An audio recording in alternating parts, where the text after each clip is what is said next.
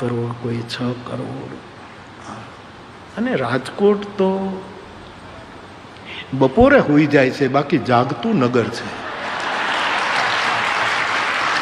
એને બપોરે સુવાની ટેવ છે, પણ બાકી તો અને બીજું મોટામાં મોટું આ ભૂમિ ઉપર કથાનું મોટામાં મોટું એક અસર એટલું કે રાજકોટને પૂજ્ય ગુરુદેવ રણછોડદાસજી બાપુએ રામાયણના સંસ્કાર આપ્યા.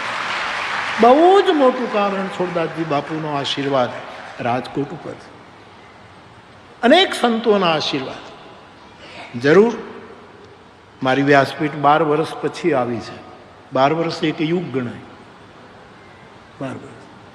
મને મીડિયાવાળા સવારે પૂછતા હતા, મારો આ ફુલસાદ પરિવાર બધો આવ્યો, એ મને કહેતા હતા કે બાપુ હવે 12 વર્ષ નહીં કરતા, હવે પાછું એ તો જો કે લગ્ન ગ્રહ